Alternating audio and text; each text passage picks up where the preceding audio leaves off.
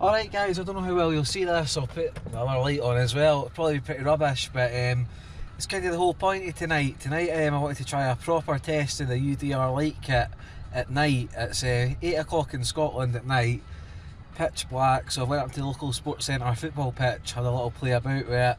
I've got a camera inside the car in the cab, which hopefully will look quite good, and I've got one on the back for the rear brake light, so hope you enjoy this. If you do, like and subscribe, and I'll be back with a video soon. But like you can see, it's pitch black here, absolutely freezing and windy too. That's the reason I've done this inside the car. But I'll catch you guys in the next video, and as always, thanks for watching. Bye.